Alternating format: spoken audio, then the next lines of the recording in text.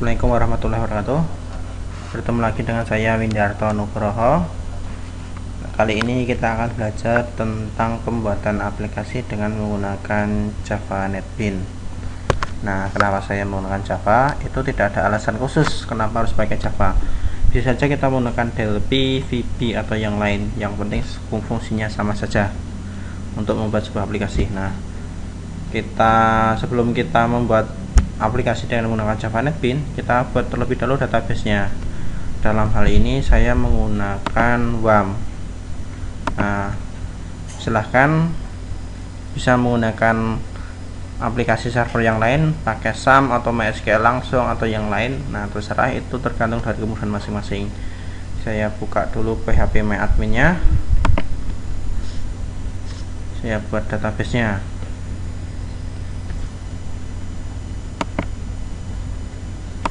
Kita tunggu dulu. Nah, kita buka. Bisa saja langsung mengetikkan di halaman web browser, tapi saya tadi lebih memilih memanggilnya dari WAM. Atau kalau kita mau bisa langsung mengetikkan di atas ini juga langsung bisa. Nah, di sebelah kiri ini ada database yang bisa kita buatkan. Kita bikin terlebih dahulu. Misalnya kita bikin database kita sendiri adalah SIMRS. Kita masukkan, kita pilih ciptakan. Nah, ini database-nya.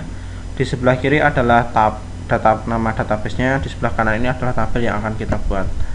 Terlebih dahulu, misalnya kita contohkan untuk data obat. Jumlah kolomnya kita masukkan 3. Kita masukkan yang pertama ada kode obat.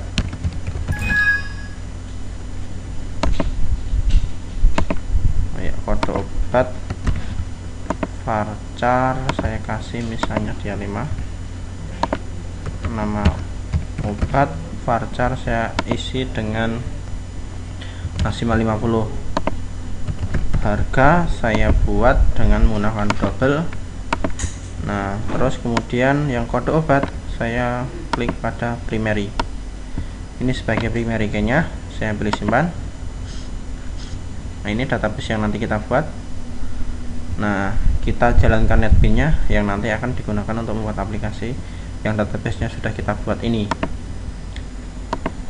Kita pilih NetBeans 70. Kenapa saya milih 70? Itu juga tidak ada alasan khusus karena yang ada di laptop saya hanya ini.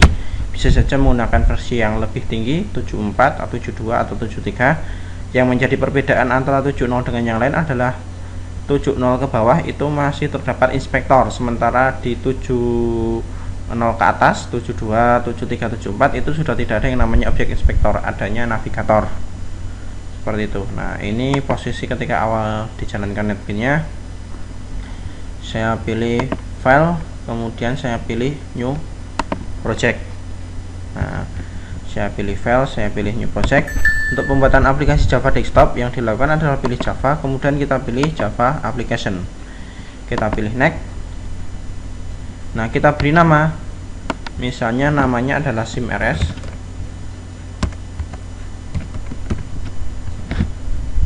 Terus untuk alamatnya terserah mau dikasih di mana. Kalau sudah, saya pilih finish.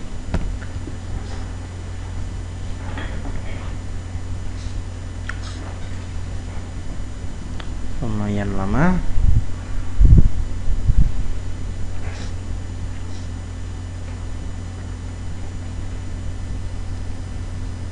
Ketika proyeknya sudah tercipta, secara otomatis proyek akan diletakkan di sebelah kiri.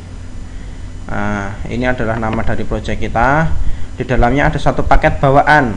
Satu paketnya ini biasanya dilambangkan dengan ada persegi dibagi 4, atau di sini kita lihat Java Source Packet atau paket-paket Java yang dibuat. Di dalamnya ada satu main class. Main class ini dibuatkan secara otomatis saat kita membuat sebuah project.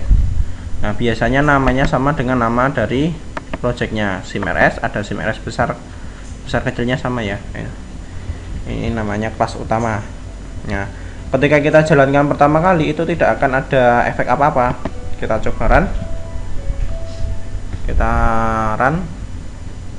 Tanda segitiga ke kanan. Kalau kita lihat outputnya hanya boot successful, total time 1 detik. Nah, tidak ada efek yang lain. Kalau sudah, untuk membuat sebuah aplikasi desktop yang harus dilakukan adalah klik pada paketnya, jangan source package ya, tapi pada paketnya. Nah,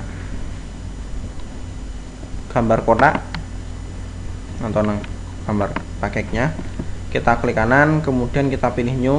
Nah, sebagai form utama kita bisa menggunakan JFrame Form. Pilih JFrame Form. Terus kalau sudah, kita kasih nama misalnya FRM utama. Terus kemudian kita pilih finish. Nah, secara otomatis di project yang tadi kita buat itu ada dua tab, ada tab SimRS dan ada tab form utama.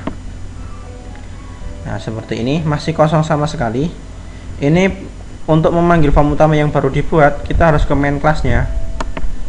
Nah, kita letakkan di bawah tanda kurung kurawal. Kita sebutkan, jadi nama kelas ini kita harus menulis namanya sama persis besar kecilnya. Kalau misalnya salah huruf kapital dan huruf kecil, dia nggak mau jalan, artinya sensitive case. Kita ketikkan new, kita panggil nama kelasnya. Kalau misalnya takut salah, silahkan gunakan kontrol dan spasi, secara otomatis akan tampil. Set visible menjadi true. Nah, ketika kita ini jalankan lagi, secara otomatis akan tampil sebuah form JFrame Form. Ini yang sudah kita buat ya. Nah, untuk form yang berbasis GUI atau berbasis tampilan Windows itu terbagi menjadi dua, yaitu ada source view dan design view. Nah, design view itu untuk tampilan visualnya, source itu untuk tampilan kodenya, seperti itu. Nah, kalau sudah, kita tinggal membuat menu yang nanti bisa dipanggil. Untuk membuat menu di dalam aplikasi desktop, kita tadi sudah pilih form utama, jangan salah ya, form utama terlebih dahulu. Terus kita pilih di sebelah kanan itu ada palet. Palet itu adalah kumpulan komponen-komponen yang bisa kita gunakan. Kita pilih swing menu, klik menu bar, kemudian kita letakkan di sini. Biasanya ada dua menu. Nah, untuk membuat menu baru atau mengedit, kita coba edit dulu. Untuk mengedit, kita tinggal klik kanan, pilih edit tag, misalnya data master. Untuk menambahkan submenu, kita pilihnya add from palette menu item, misalnya kita isi dengan obat. Terus tindakan, terus pasien. Nah, misalnya edit, nanti kita isi dengan menu transaksi, tapi itu kita lakukan nanti saja, transaksi. Terus untuk menambah menu baru, kita klik. Jadi kalau tadi memilih menu itu hanya ketika kita pilih ada kotakan seperti ini kuning. Untuk transaksi itu juga seperti ini, terpilih menu transaksi. Untuk memilih menambahkan menu lagi, kita klik pada menu barnya. Nah, secara otomatis terkotak seperti ini panjang. Kita pilih add menu, misalnya kita isi dengan keluar. Nah, setiap komponen yang kita masukkan nanti secara otomatis akan dilihat di inspektor. Kita lihat di sini, ini namanya menu J-menu 1, J-menu 2, J-menu 3. Untuk komponennya juga J-menu item 1, J-menu item 2, J-menu item 3. Kalau kita ingin mengganti, tinggal klik kanan, pilih change variable name. Kita ganti misalnya menu obat, seperti itu. Nah, untuk menunya sudah jadi, kita tinggal membuat form yang nanti mau dipanggil. Kalau tadi kita menggunakan JFrame Form, sekarang kita menggunakan JDialog. Bisa saja menggunakan JFrame Form, bisa juga menggunakan JDialog, tetapi saya lebih memilih menggunakan JDialog karena nanti lebih mudah diatur. Kita pilih new. Ketika kita sudah menggunakan JDialog, biasanya akan langsung tampil seperti ini. Tapi jika belum, kita pilih other, kemudian kita pilih swing GUI.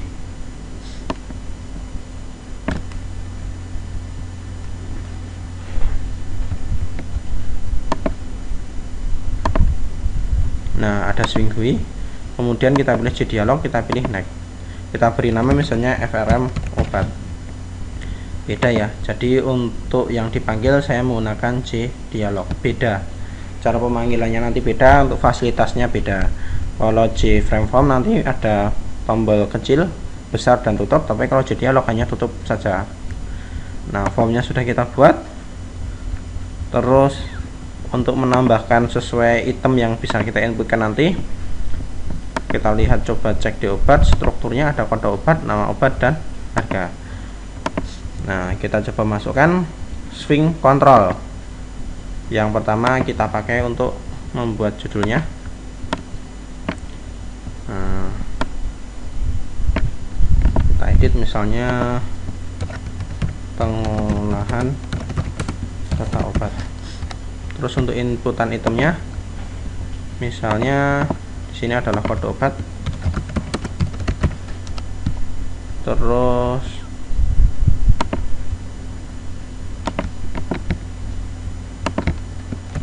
nama obat, terus kemudian ada lagi harga.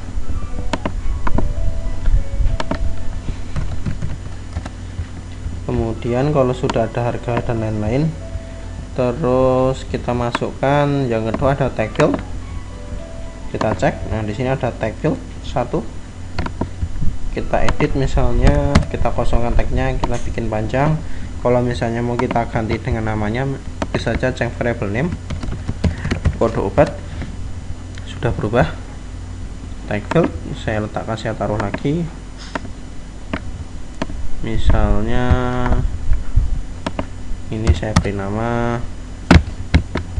change variable name nya nama obat. Saya masukkan lagi tag field untuk harga. Nah, harganya saya kosongkan, misalnya saya beri nama dengan menggunakan tag field. Change variabelnya saya ganti nama menjadi harga. Nah, sudah jadi. Nah, ini model tampilannya. Untuk memanggilnya, kita kembali ke form utama ya, kembali ke form utama. Tadi ada form obat, form utama, terus kita pilih yang warna obat. Kalau terpilih itu ketika kita klik jadi ada kayak garis kuning melingkari. Jangan seperti ini. Ketika seperti ini kita klik kanan kayak gini, nanti yang terpilih adalah data master, bukan obatnya. Kita klik dulu obat, kemudian pilih event, action per format. Nah, untuk pemanggilannya sedikit berbeda dari yang sebelumnya. Kalau sebelumnya tadi new FRM utama, kalau ini beda. Untuk manggilnya kita sebutkan terlebih dahulu nama kelasnya FRM obat, terus kita beri nama formnya, nama objek barunya, ada kata new FRM obat, tekan kontrol sama spasi kalau takut salah. Nah, ada this parent, itu yang menjadi parent, itu yang menjadi form form orang tuanya ya nanti untuk pemanggilannya. Kemudian modalnya saya bikin menjadi false. Nah, perbedaan antara modal false sama true nanti bisa dicoba sendiri. Kalau false biasanya ketika kita sudah panggil formnya dijalankan, dia tidak bisa mengklik menu utama. Kalau dibikin true, kalau false dia masih bisa mengklik form utama. Nama objeknya sudah kita buat. Nah, kita set visible menjadi true. Kita jalankan kembali.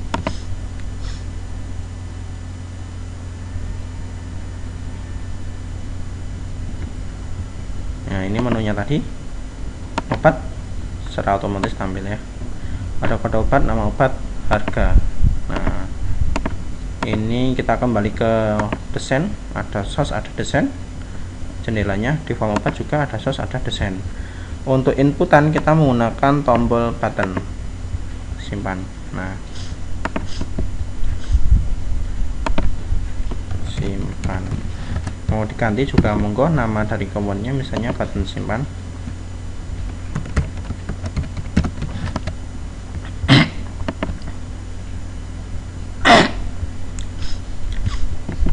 Kita klik kanan, kemudian kita pilih event, action per format ya. Dari button yang tadi kita masukkan, kita klik kanan, pilih event, pilih action per format. Kita bikin untuk simpannya. Nah, kita akan menggunakan JDBC driver atau menggunakan MySQL JDBC. Nah, mau koneksinya JDBC, jadi kita masih pakai yang dasar sekali. Di sini kita tidak belajar membuat aplikasi OOP, tetapi hanya dasar pengenalan saja. Gimana caranya bisa menyimpan database menggunakan Java. Bagi nanti yang sudah bisa mencoba ini, silahkan lanjut ke OOP Java-nya, ke penyimpanan menggunakan sistem MVC atau model view controller. Nah, bagi yang nanti sudah bisa. Sebelum kita menggunakan penyimpanan tadi, membuat perintah simpannya, kita library, kita pilih add library. Kemudian kalau misalnya nggak tampil, kita pilih import, kita pilih MySQL JDBC driver, tapi kalau sudah ada langsung diklik aja, pilih add library. Nah, di sini sudah ada MySQL JDBC driver. Nah, ini yang digunakan sebagai konektor atau penghubung antara Java dan MySQL nya. Jadi ini drivernya ya. Kembali ke form, kemudian kita pilih event action performed.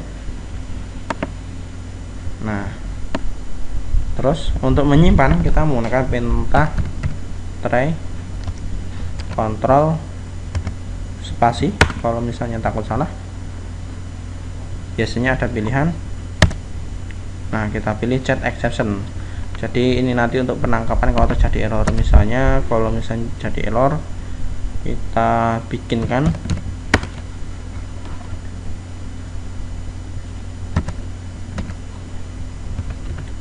show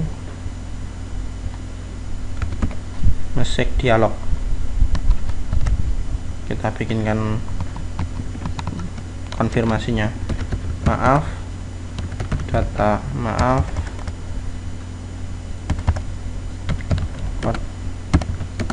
obat sudah digunakan, misalnya seperti itu. Terus kalau sudah, kita coba buat perintahnya.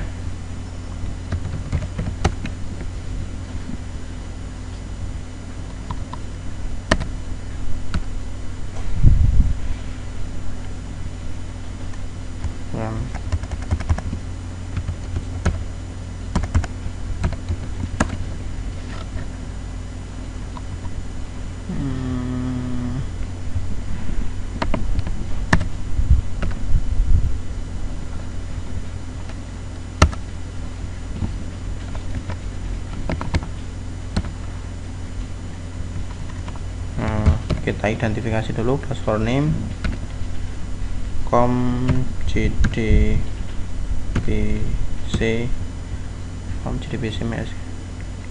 oh ya, com MySQL JDBC, terus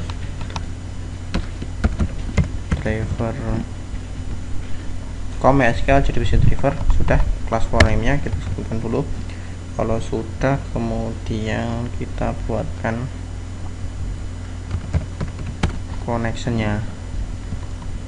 com MySQL, kita buat koneksi sama dengan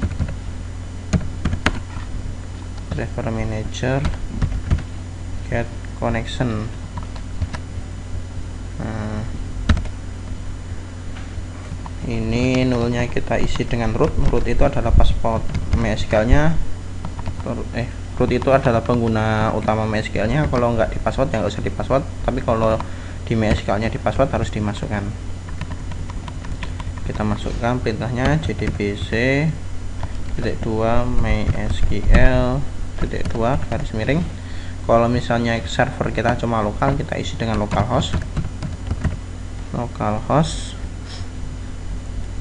terus port yang digunakan adalah 3306.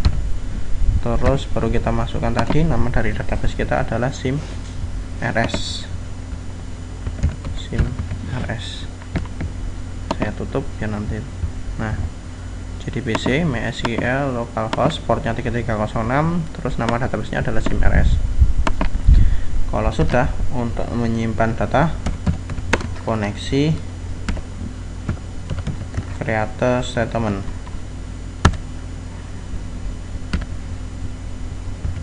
kita pilih execute, terus diakhiri titik koma. Perintah MySQL kita masukkan insert into, kita cek nama dari tabel aplikasi kita, ada kode obat, nama obat, harga berarti ada 3. Insert into obat, ini nama tabelnya adalah obat. Kemudian values, ini adalah perintah dasar MySQL. Terus yang dimau masukkan apa, kita petik-petik, terus kita cek nama dari komponen kita. Tadi ada kode obat, nama obat, harga obat.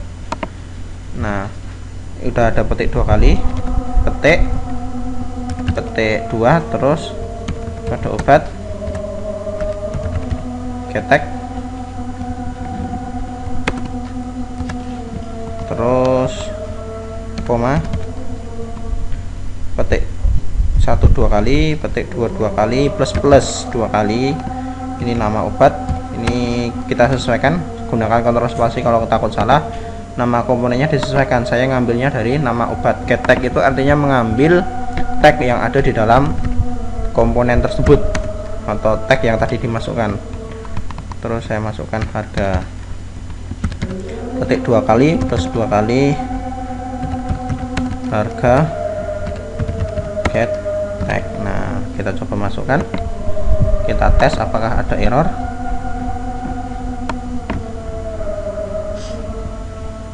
Bentar, supaya nanti tidak salah, kita tampilkan errornya aja. System out println, kita kasih kita jalankan.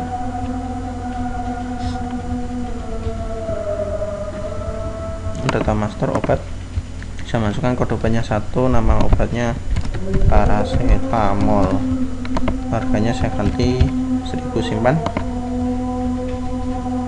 Nah, kalau tidak terjadi error, kita cek di database apakah sudah masuk, kita cek kembali. Nah, ternyata database kita sudah masuk. Gampang ya, ternyata sudah bisa, tinggal nanti edit, hapus, sama tampil. Nah, sekian dulu tutorial dari saya, semoga bermanfaat. Terima kasih atas waktunya.